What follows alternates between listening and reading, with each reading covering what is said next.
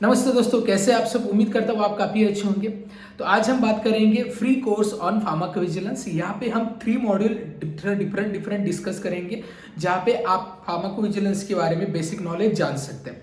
तो ये आप सभी स्टूडेंट्स के लिए है जो फार्माकोविजिलेंस में करियर करना चाहते हैं। लेकिन अगर आप एक डेडिकेटेड कोर्स चाहते हैं फार्माकोविजिलेंस का, तो आप ज्वाइन कर सकते हैं हमारा 3 months online certification course in the pharmacovigilance, जहाँ पे आपको domain knowledge with expertise having 10+ year experience उनके गाइडलाइन मिलेगी। Then skill development and placement assistance, ये तीनों चीज़ें मिलती है।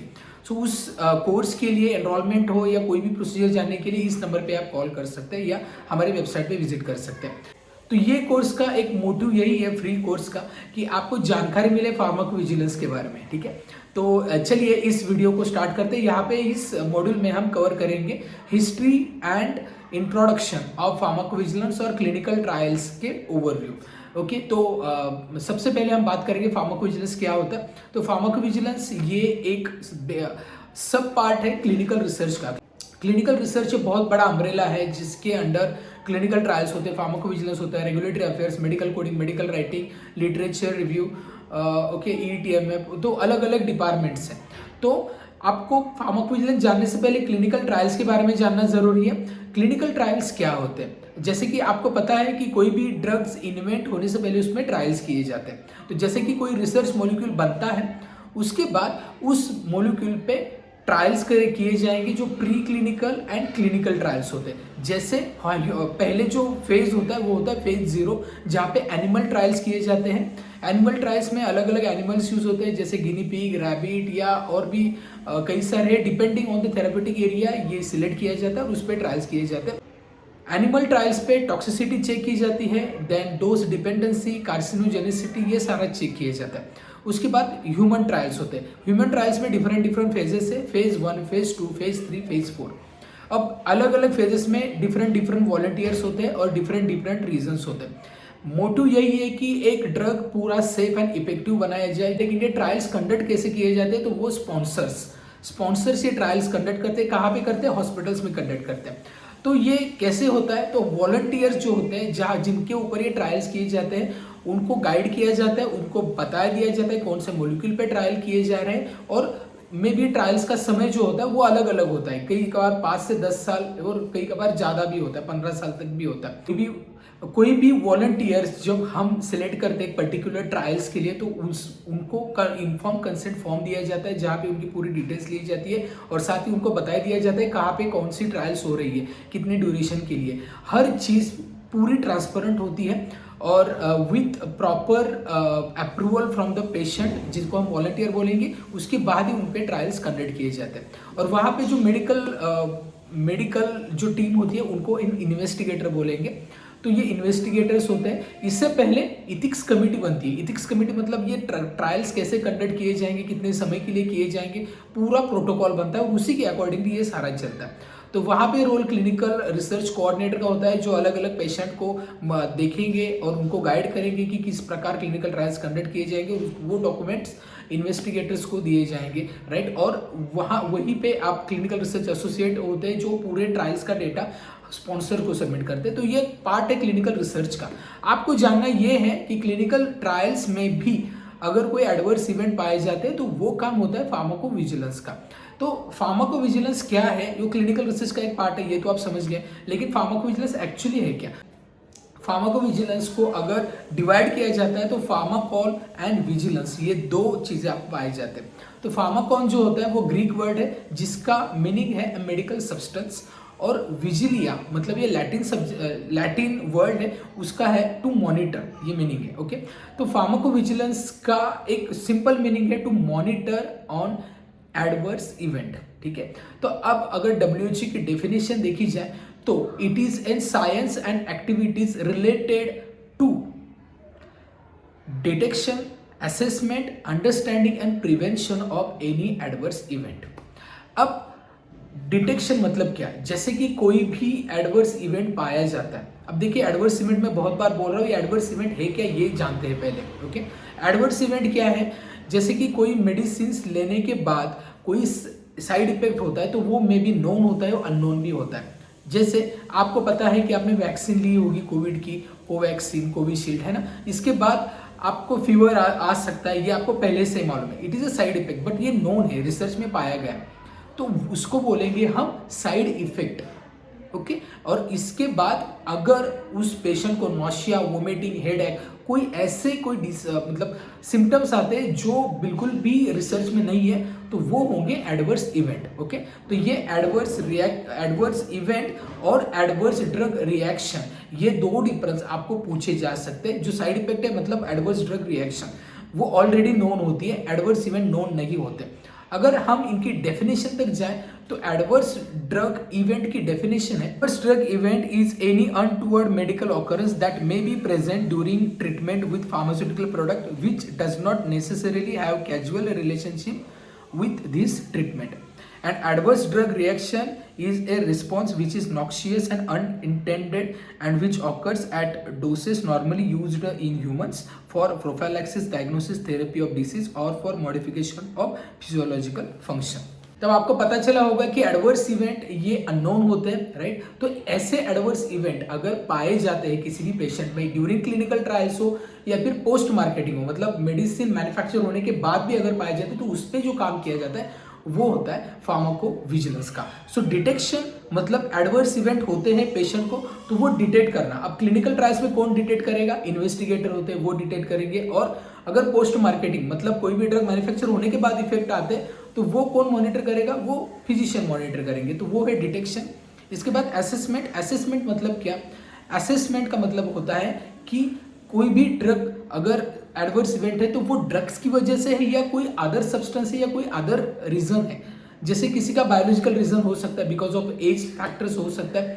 अदरवाइज दूसरा रीजन हो सकता है कि कोई भी रिएक्शन हो सकती है, मेडिसिन रिएक्शन, या फिर कोई पर्टिकुलर ड्रग जो दिया गया है उसकी वजह से भी एडवर्स इवेंट पाए जा सकते हैं। तो ये जो कॉज ढूंढना होता है उसको बोलेंगे हम असेसमेंट। इसके बाद अंडरस्टैंडिंग मतलब कॉज पता चलने के बाद उस पर काम करना, research, that is understanding. And the next one prevention, मतलब कोई भी एडवर्स इवेंट पाया जाता है उसको रिपोर्ट करेंगे रेगुलेटरी अथॉरिटी के पास, regulatory authority of India, drug control general of India, वहां पे रिपोर्ट करेंगे और फ्यूचर में ऐसे एडवर्स इवेंट ना हो इसमें आपको काम करना है। So this is all about the pharmacovigilance, detection, assessment, understanding and prevention. I hope आपको समझ में आया होगा। अब इसके बाद फार्माकोविजिलेंस में आपको देखना है कि अलग अलग एडवर्स इवेंट होते हैं। एडवर्स इवेंट होता है जो सीरियस एडवर्स इवेंट होते हैं, दूसरा होता है नॉन सीरियस एडवर्स इवेंट। अगर कोई पेशेंट्स को एडवर्स इवेंट होते हैं वो मैनेजेबल है, कोई भी मेडिसिन देके वो कम कर सकते हैं, ठीक है। जैसे वोमिटिंग हो रहा है, वोमिटिंग की मेडिसिन दी वो कवर हो गया है ना। लेकिन अगर किसी पेशेंट की एडवर्स इवेंट के बाद हॉस्पिटलाइजेशन किया जाता है या फिर इस डेथ तक हो सकती है, ऐसे अगर इवेंट होता है that is serious adverse event. और सीरियस एडवर्स इवेंट को 7 दिन से पहले ही रेगुलेटरी अथॉरिटी को इन्फॉर्म करना होता है। और अगर नॉन सीरियस एडवर्स इवेंट है तो उसका 28 डेज का पीरियड होता है, जहां तक आपको रेगुलेटरी बॉडीज को आपको इन्फॉर्म करना होता है। ओके तो ये है एडवर्स इवेंट के बारे में आपको पता चला। अब बात करेंगे फार्माकोविजिलेंस के 2 टाइप होते हैं, active pharmacovigilance and passive pharmacovigilance. Active pharmacovigilance मतलब क्या?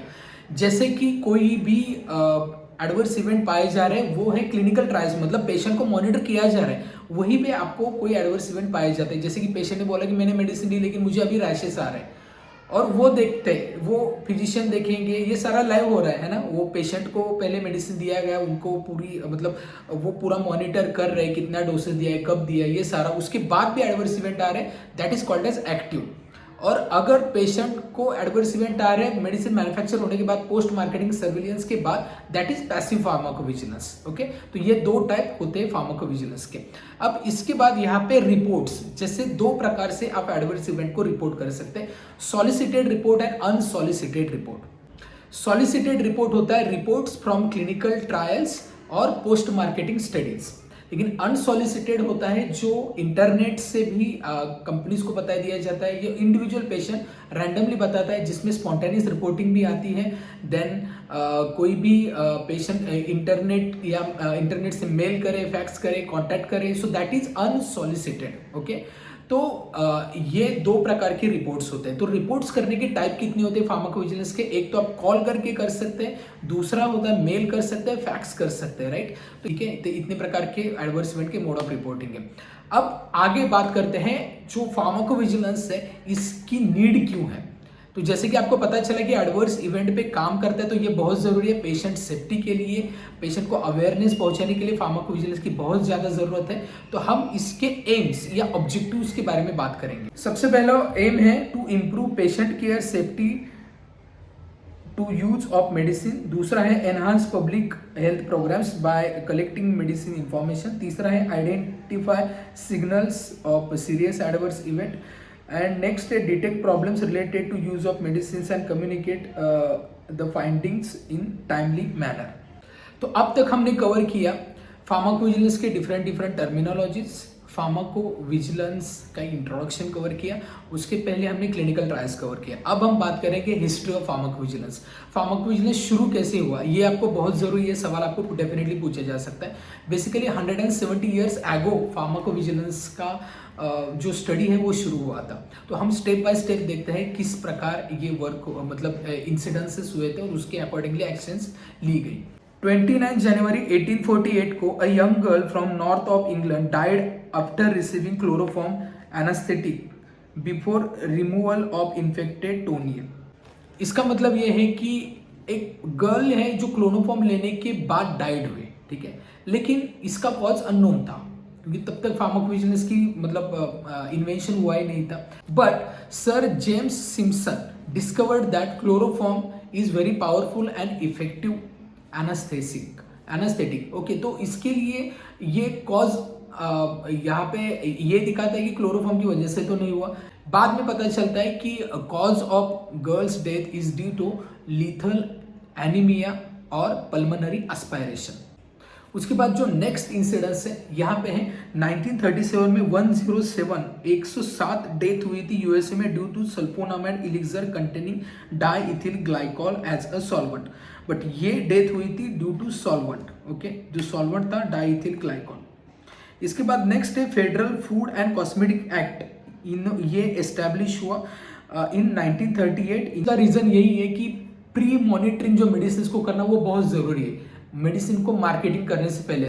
इसके बाद नेक्स्ट है 1961 में थैलिडोमाइड डिजास्टर, थैलिडोमाइड ट्रेजेडी। ये बहुत बड़ा ऐसा ऑकरेंस था जिसकी वजह से एक्चुअल फार्माकोविजिलेंस का इनोवेशन शुरू हुआ था।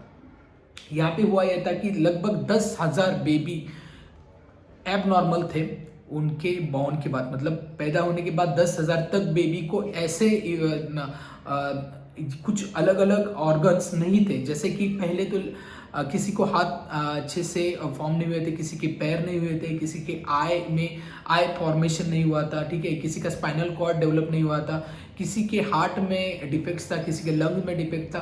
तो ये जो मेजर ऑर्गन्स है हमारे, तो उसमें हम डिफॉर्मेशन पाते हैं। तो वो रिसर्च किया गया और उसके बाद पाया गया कि वो उन्हीं महिलाओं के बच्चों के साथ हुआ है जिन महिलाओं ने थैलिडोमाइड लिया था।